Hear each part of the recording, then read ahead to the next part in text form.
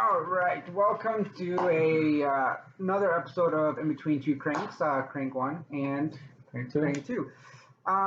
We are here today to talk about basically it's a reflection of the 2020 Blanquel Classic, going over the ups to downs, what could we have done better, just a bunch of different questions that kind of basically address the year and everybody involved in it. So let's just jump right into it with question one. Snoop, how do you think you did this year? I think overall, I think it was a good year. I mean, we started out, not too bad. Caught a few here and there, not all weighable or even keepers for the first five. But we were catching fish, so I mean, it was not a bad start. Um, had a few of the other candidates catch a few as well, take a few spots. Push me back a little bit, third, fourth, maybe even fifth at some points, but. In the end, I mean, I ended up taking home the gold. So I mean, I wasn't, I can't be unhappy with that. I mean, it was a good year as we always have, and not too many negatives, honestly. It's hard to be upset coming out first. Very It's true, hard to be very upset. true. Six Um, times. oh, that's relevant. Anyways, yeah, I think it was a pretty solid year. Up until I think the second to last day, I was basically in first place. Um, I was True. doing pretty solid. Stuck to my techniques. Actually picked one up with you. I was borrowing one of your lures that was doing pretty good for me. But I made a few mistakes. I made a few mistakes that I believe ended up costing me the trophy this year. But you know what? It's part of the game. That's why we do it. You live, you Um, learn. you you hit some, you lose some. You just got to do better next time. Overall, I think it was a good year. I knew it was going to be one or two. So at that point, it was Yeah, I mean, um, our predictions were we're pretty dead on. pretty on point. I would say 95% accurate. So I'd say I did pretty good, but with some obviously human error, and then just missed some opportunities that got away from me. Yeah, Um, I think we did. We had some fun experiencing a lot of new spots. yeah, we really did went to a lot of new spots. We headed south a lot, and really poked around. And I felt like it was very finicky. A lot of the fish Yeah, over there, and it was what it was. We caught a few, it some was. decent keepers and stuff, but still a lot came from the north. So I Yeah. think It was really windy this year. very It was very windy. windy, made things a little bit more difficult. Yeah. Still doable. I mean, obviously the techniques still work. You just got to adapt a little bit. We had to change the way we moved on the water a bit, the way we positioned ourselves on the spots. But Didn't have a trolling motor, but we just used Mother Nature, and but that's all just in how it all, worked we out. did pretty good. It was really windy with those conditions, and we still made it work. I think a lot of it too is just the basics, just kind of going back to the basics, Yeah, whatever was working. At this year is almost like not trying crazy new stuff. It didn't, exactly. I mean, I tried one thing and it locked in, and I just kept Yeah. beating it up. It was what it was. But yeah, a lot of missed opportunities. I think. Even though I did win, whatever, I did have a lot of missed it. But it's a learning thing. It's a learning experience. I did learn a lot. For as much as I loved using the topwater frog, I did learn a lot about it by the end of the trip for sure. It's a lot of fun stuff. Yeah, no, I agree. I started off pretty strong. Started trying some different stuff. Didn't work the greatest. So then, kind of like you said, went back to the basics. Went back to the stuff that was working, and kind of just stuck on that road. And that's basically what went wrong for me a little bit. Is not so much the technique because I was hitting. I just lost focus a couple of times. Two of the ones I missed that were pretty big fish. Um, I took my eyes off the water, took my eyes off my lure. In fact, I looked back to talk to you, and I hear the splash, The volley. and yeah, twice. So a couple of times it was just lost focus, got distracted, got hit, and either set it too early or set it too late or not at all, just because I wasn't paying attention. So that was just angler mistakes right there. So what I would have done differently is just stayed focused. It happens to everyone. We get those days where we feel frustrated, nothing's working, or you go a couple hours without catching or even getting a bite. Or days. Or days for some people. Yeah, for some people. Not too familiar with that feeling, but yeah, I agree. But to some people it happens, and you can't. It's like a dry spell. You can't really push through. Focus on that. You just got to get through that. But so yeah, I wish I would have stayed more focused. A couple of days where once I started to fall behind, I think I got too comfortable, and then I was running out of time. So then I started to try to pick it up a bit, and then I just rushed everything too much. But I wish I was just taking my time. Overall, what do you think would have made this trip better? That's a tough one. I mean, I know we spoke to. I know we always have a good time with a lot of people, and I know we always, love our travel hook Joe, who's an awesome guy. So I think spending some more time with him would have been fun. I think I only spent a day or two kind of switching it up, or him going with us. And we always have just an amazing time together. So we always like to collaborate with him, and we have good chemistry, is what it is. We kind of just pick off each other, and we're basically completing each other's sentences, is what it is. That's why the flow is so smooth. Mm-hmm. So true. No, I agree. I would have liked to try to switch it up a little bit more than we did, but we still had a good time. I still went with pretty much everybody. I don't think there's one person I didn't go with actually, but so it was a lot of fun. And I think a lot of great food. I mean, the food was phenomenal. It was great. Can't really complain, honestly. Yeah, honestly, the only thing would have been very, very little things to change, if that. Yeah. The only thing I think I would have changed is a better boat, in the sense with like a trolling motor or something that would have made it a little easier. Yeah. But other than that, I think the trip itself went great. Great food, great people, great experience, great fishing for some, and just overall a great atmosphere. It's just probably the weather a little bit. I would have changed a little bit. It was so windy for everybody. And then we ran out of gas once or twice, I think. Yep, that happened. Usually happens once a year. Yeah. So that's what I would have done. Would have made it a little different. Did anybody stick out in your eyes, or disappoint you a little? I know for me, I know Danny had a little bit of a hiccup. He had a little, wasn't feeling too well for a day or two, so I know it slowed him down. Because we usually have a hot start from him, so when he didn't have it, I'm like, something's wrong, or he's either going to kill it at the end or something, some sort of kicker or switch at the end. I don't know. No, I agree. I think I wouldn't say disappointing, because it wasn't like he did bad because of performance.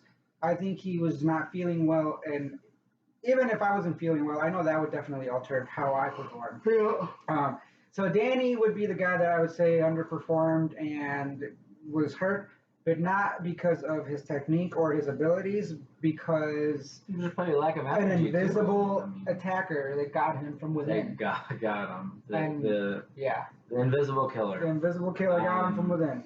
So it was not disappointed. Just he was not where we expected him to be. No. And not a little bit off of our predictions, but we didn't predict for him to get from inside. Exactly. So I would say another person that did not surprise me, kind of was right where we put him, is Nick. He was a big question whether he was going to repeat or was he going to flail. It started off really rough for him.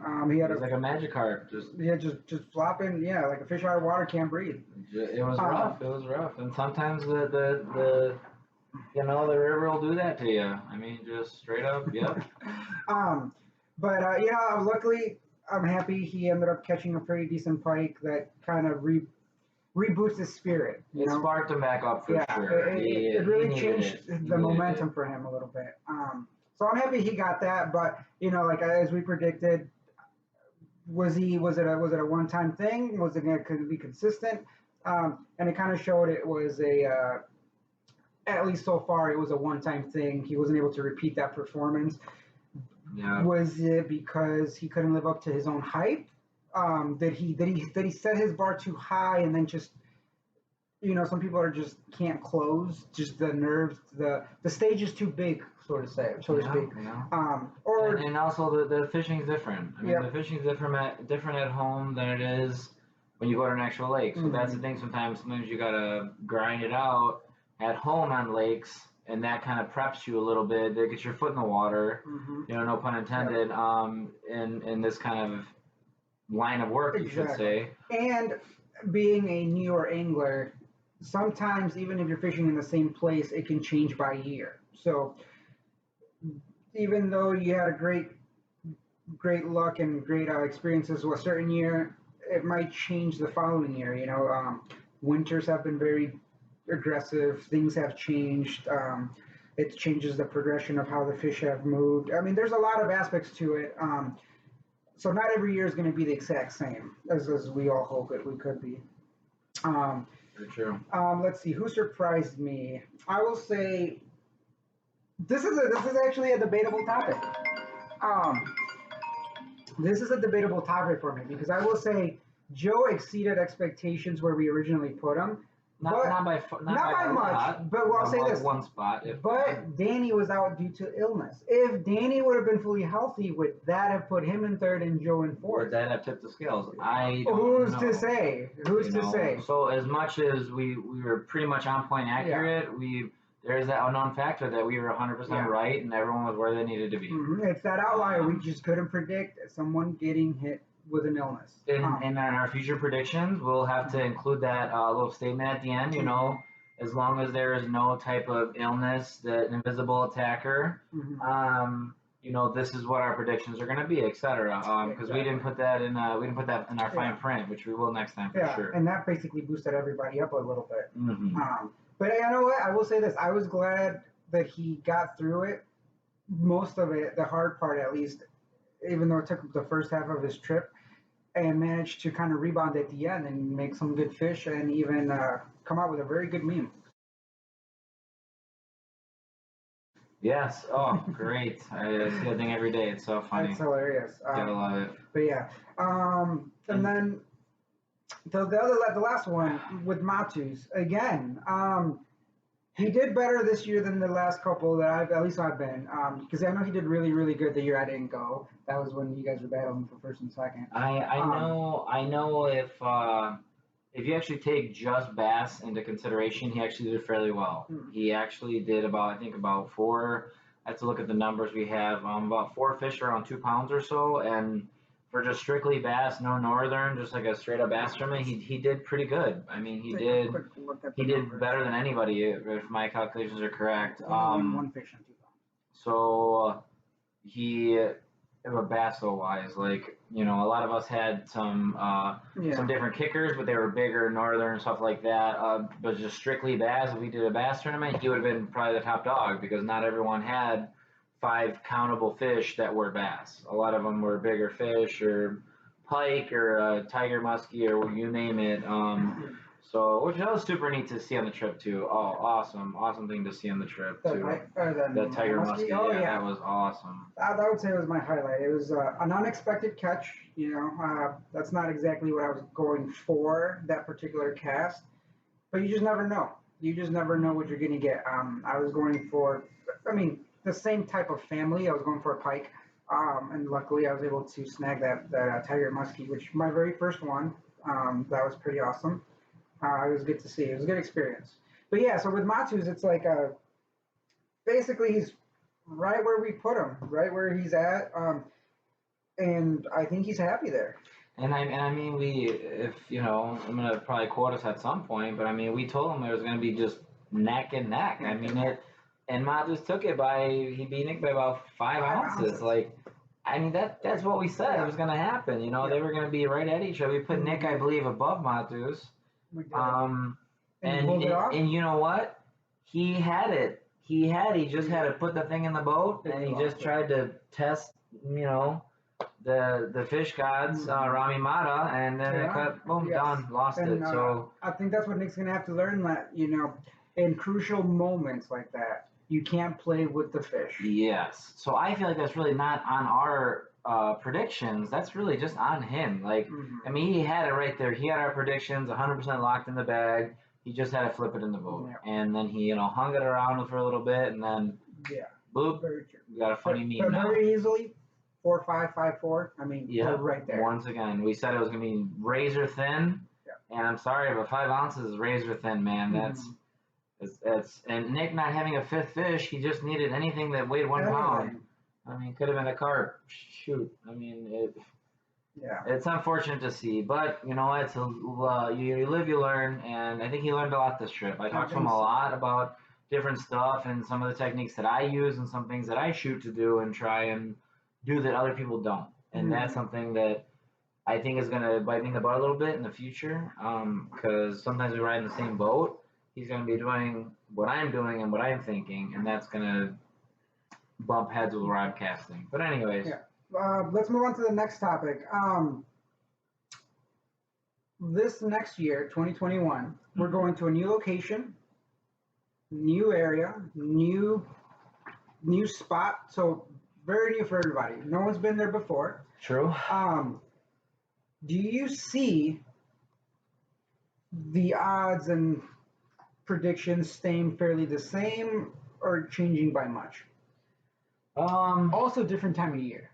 Yep, it is. We are doing a little bit of pre-spawn spawn during this time of year that we're going to be going in 2021, and I think there are going to be some number adjustments, considering the fact that I don't think Danny's going to need to do some research. I don't think he does a lot of the pre-spawn that I know of. Could be wrong. I don't know, just from my thoughts and conversations we've had. And if not for a long time. Not for a long time. I know. Nick does it. Nick's just a new angler to start with, so unless he does in research. But I know for sure Mathus and Travel Hook Joe do know their stuff. So that's going to be something that I know I'm going to do my own research and still shoot to be first, but I know they're going to be good this year. So I'm going to be. Yeah. I would almost put them above me for sure, just because they are a little more knowledgeable than I am about it. But that doesn't mean I'm not going to do my research and know what I need to do and what I need to do to take home the gold for number 7. But I would say Danny's going to have some trouble. Especially he's getting new stuff that I don't know if he knows he's going to be able to even use. I mean, it's very. Has never used it before. I mean, they can be very finicky. I mean, there's times where you sit in these spots for 5 or 6 minutes and you're still going to catch the same fish you can see. And see the fish. Here's I think where a big thing comes into play. Because you can research. You can be the smartest man in the room. But if you can't put that into practice, it doesn't matter how much you know, how much knowledge you have. That's true. I think Nick got a bit of a kick of that this year. Yeah, so that's something I've ran across, and that applies to all aspects of careers and everything. Like, you could be the smartest kid in class, but when it comes down to practical use and getting your hands dirty, you might not be able to perform just because you know all that knowledge. So sometimes I feel people have a tendency to look too much in research and maybe just not know how to interpret all that research. I think it's adaptability as well. Exactly. And sometimes you may use the thing you should be using at the time you should be using it, and the place you should be using it, and you got to switch it up and use something different, and then you got to go with that. So a lot of it's adaptability as well, and they got to be ready for that as well, because like I said, spawn's going to be fun. It's going to be a lot of big ones. If it's a good fishing area, there are going to be some nice big ones in there, and it's going to be some big bags. We're going to have some big bags, so it's going to be fun. I think so. I'm liking the potential that is to come this coming year. Of course, that's assuming. Obviously, the biggest thing is weather. We don't know what that's going to be. We know it's going to be cold. We know it's going to be chilly, but we don't know. Like this past year's. Will there be snow? Yeah. It has snowed that time of year up where we're going. Could be a little chilly. It could be very chilly. It could be a little chilly. It could be snow. It could be not be snow. So we'll see. That's something that we're gonna have to wait and see how that turns out. But that will change how fish progress in their spawning timeline. For sure. I think for this year as well, I'm gonna for sure vote to have a side pot for the muskie. I think it's. I'd agree with that. I think this year specifically, depending on what we do for future years, this year is really going to determine who is a good fisherman. I mean, new spot, new area. There's really going to be no kicker fish of something of that size. You know what I mean? But I do believe there's some big northern down there. Those are going to. We may have to include some sort of rule like only one northern or something like that. I think that would be because then you're really going for the one species. You know what I mean? You're going we're bass anglers here, not biggest musky fish caught. Which is me. But anyways, we're not going for that stuff. Biggest what? Biggest muskie ever caught. So 49 inches, 48 change. So anyways, I think we should do that some type of limit because I think having 30. I think I had two northern on this last trip and they were over 3 pounds or something like that. So it's just to me it's gonna be a better indicator of us doing just bass to really show who's a better fisherman, considering it's going to be a new area, new type of fishing, which is going to be spawn, pre-spawn, and not relying on kind of a bigger species. You know what I mean? Because northern are as well as they are like thin. They do get bigger than bass. So I think it's something which we should consider. And if we do, it's really going to show who's a better bass fisherman, and that's what everyone really kind of fishes for around here, anyways. Do you think that's that's pretty good, like maybe like one northern or something? Or do you think we should do like in the first 2 years, I believe we did it, where we did bass, we did the biggest fish, we did the most fish, all those. Not necessarily go back to exactly to those, but maybe go back to originally bass tournament, and then have the pike musky stuff being on the side, because then that would really make it more strictly bass tournament, so that people actually fish more for the bass. And that's where my thing comes in. I think regardless, just because of the type of fishing we're going to be doing, we're not going to come across a lot of the northern and stuff like that with the spawn and all that. So I'm not too worried about it, but I think just for future places, if we don't do spawn or pre-spawn, I'm not going to be. I don't see myself hooking a lot of northern with the fishing I'm going to be doing. Especially in the areas when you're going back in the beds and stuff like that. I don't see myself getting into a lot of northern, but it's going to be it's going to be interesting to see this new place and see what kind of fish it holds. I'm excited for it. So I think this place in itself and the time of the year is going to force you to have to be a bass fisherman and know what you're doing and not just throw spinners out and reaction baits and stuff like that to get just like a very broad spectrum of fishing where you throw something and it kind of relates to multiple species, and now you're just casting with one or two things and you can just kind of there's multiple things that can take it. But now this type of fishing we're doing is pre-spawn and spawn, where now you have a very limited window of things to do, call it 4 or 5 things, where a northern is not going to go after this kind of stuff just because in the area, the weather, the time of the year that you're going to be doing that stuff. So I think it's going to be really exciting. I think we're going to have a lot of bass bags this year instead of bigger northern, 3-4 pound, 6 pound northern. It's going to be mostly bass, I think, unless you're specifically fishing for the muskie or stuff like that.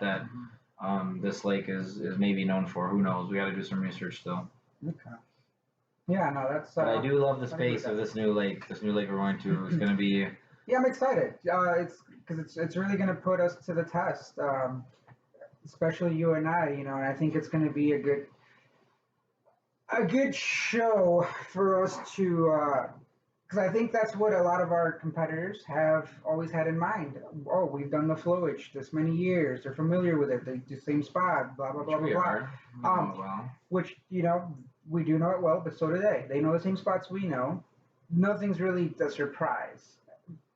They're right behind us, or we're right across from us when we're fishing. And there's really no excuses because we're all going at the same time. Exactly. So we're all half the time throwing similar things. Yeah. And as well as the spots. We all know a lot of the sweet spots and have tried new things. So everyone's going to the same place, but there's that whole theory of we only win because we're there. So I'm excited because there as well, though. Exactly.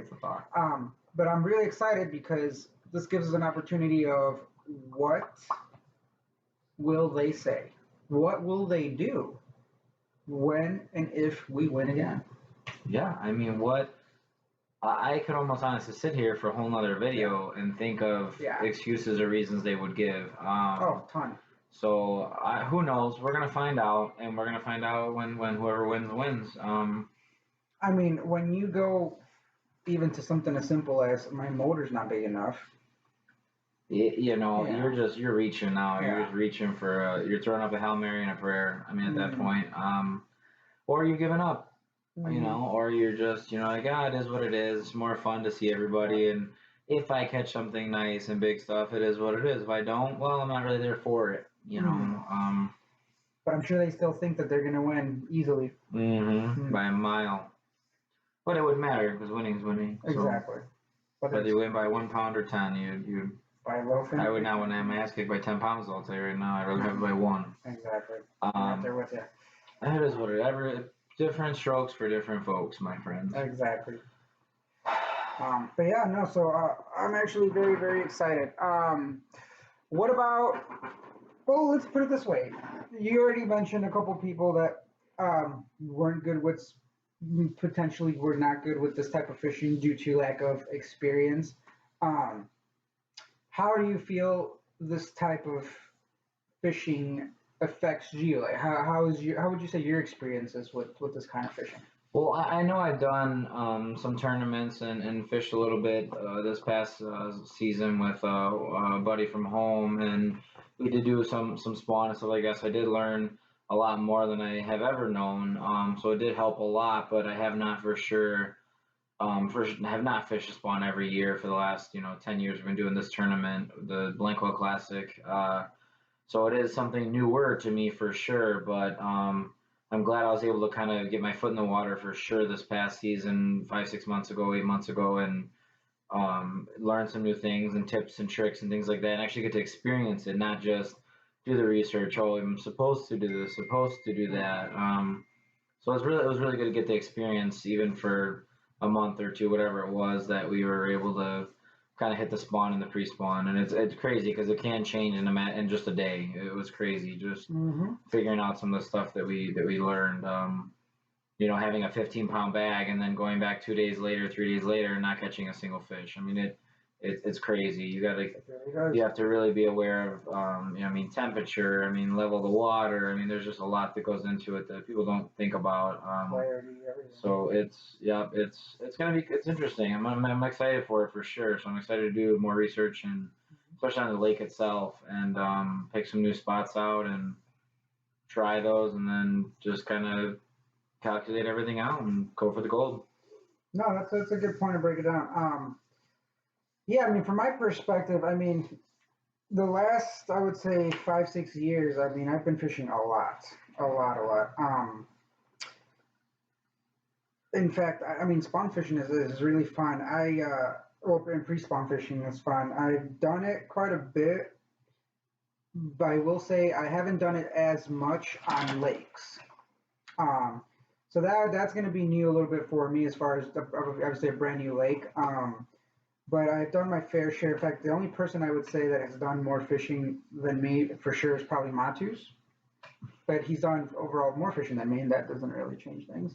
Um, and I don't know. Joe seems very confident every year in and out, and I believe he's super excited about the pre-spawn fishing because I know he's been pushing for it the past couple of years. So, so obviously he's I would have to say he's probably pretty experienced in that, and those are probably the two people on my radar, and obviously, you're on my radar too. So I would say you, Mats, and Joe are obviously on my radar because you guys are probably the only ones that either A, have fished as much as I have, or maybe a little bit more. So we'll see. It's exciting. Hopefully, it's a good competition, good clean fight for the top dog. Um, for the odds going into this next one, I think I'm going to change things a little bit here and there, but to be honest, I feel like we were pretty much spot on. Oh, 100%. Minus obviously unexpected factors that we didn't put in, like being sick and stuff like that. Because, like honestly, if Danny was fully healthy, hypothetically speaking, if he did up to par, It would probably been a pretty close race. it would have been exactly as predicted. Yep. So I see that maybe changing a little bit. I was able to see some people in their highs and their lows, which definitely will affect that a little bit. But as far as my own personal opinion, I think I'm still pretty up there. I wouldn't put myself as a favorite, but I would say pretty close to being up there. And then obviously the rest is basically going to be seen. We'll see what happens. Sure, we're gonna have to wait it out and see what Yeah. happens. Any other thoughts? Um, Not really. Okay. Honestly, it's just gonna be an exciting year, and to see how everybody does, and just going to a new area. I'm excited Yeah. to go to a new area overall, over everything. Yeah, that's fun. It's gonna be good. I think we're getting a little bit better quality boats too, so that's gonna be Yeah. fun. And it's always nice to have a little bit better boats when you're doing that kind of stuff. So No, I agree. I'm definitely excited, and yeah, I like every single year. I hope everybody does well, and I hope everyone does gets a PB. Obviously, I want to win as much as anyone else, but I want everyone to have fun, have a good time. In fact, one second to fishing and winning, the next favorite thing for me is just the atmosphere of all the guys and the jokes and the good laughs and very fun true. stuff that we have. I think that by far really is what is so much fun about going back year in and year out.